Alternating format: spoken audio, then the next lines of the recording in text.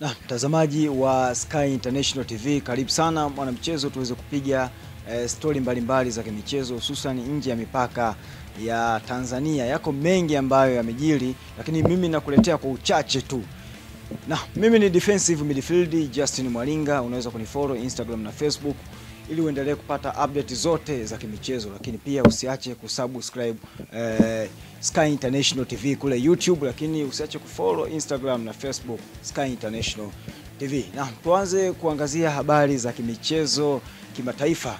Kiungo mshambuliaji wa klabu ya Arsenal na timu ya taifa ya England Bukayo Saka leo rasmi atarejea uwanjani baada ya kukosekana tokea mwezi Disemba alipopata majeraha kwenye mchezo kati ya Arsenal na Crystal Palace. Mchezo huo Arsenal walifanikiwa kushinda magoli 5-1, lakini waliweza kumpoteza nyota wao Bukayo Saka kwani alipata maumivu ya misuli. Hivyo Mikel Arteta amethibitisha kwamba Bukayo Saka atarejea ndani ya uwanja tena siku ya leo kwenye mchezo dhidi ya Fulham.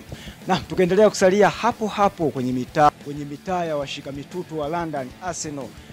Kocha mkuu na meneja wa timu hiyo Mikel Arteta ametangaza kwamba kwa msimu huu wa dirisha kubwa la usajili watafanya maboresho makubwa sana ndani ya kikosi chao, kwani wanatazamia kufanya vizuri zaidi kwa msimu ujao. Na ikumbuke kwamba Arsenal the Gunners wanahusishwa na wachezaji kama Mikel Zubimendi, kiungo wa Real Sociedad, lakini pia wanahusishwa na winga wa klabu ya FC Bayern Munich Leroy Sane. Hivyo wapinzani wa Arsenal msimu ujao muweze kujiandaa kisaikolojia kweli, kwa kuwa Arsenal wamepanga kufanya mapinduzi makubwa kwa msimu ujao.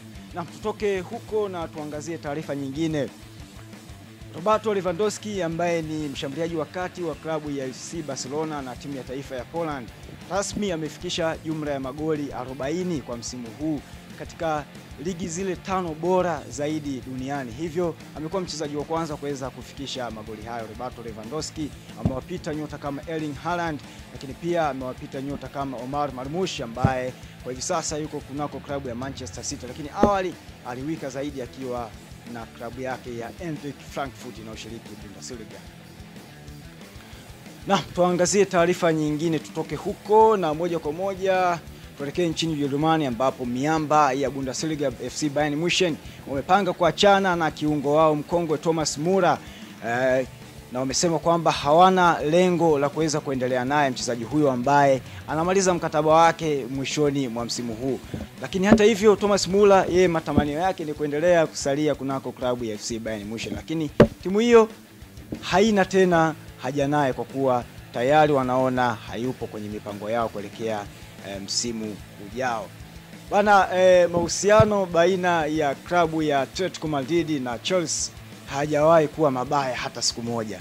Ikumbuke tu kwa msimu huu Conor Gallagher alikuwa nyota wa klabu ya Chelsea, alihamia Atletico Madrid, na hivi tunavyoongea hivi sasa Atletico Madrid wameandaa ofa ya pound milioni 25 kwa ajili ya kutaka saini ya kiungo wakati wa klabu ya Chelsea na timu ya taifa ya Argentina, namzungumzia Enzo Fernandez. Hivyo kwa kuwa mahusiano kati ya Chelsea na Atletico Madrid yako vizuri, basi wana Chelsea ofa imekuja hiyo mezani, tuijadili ama muijadili.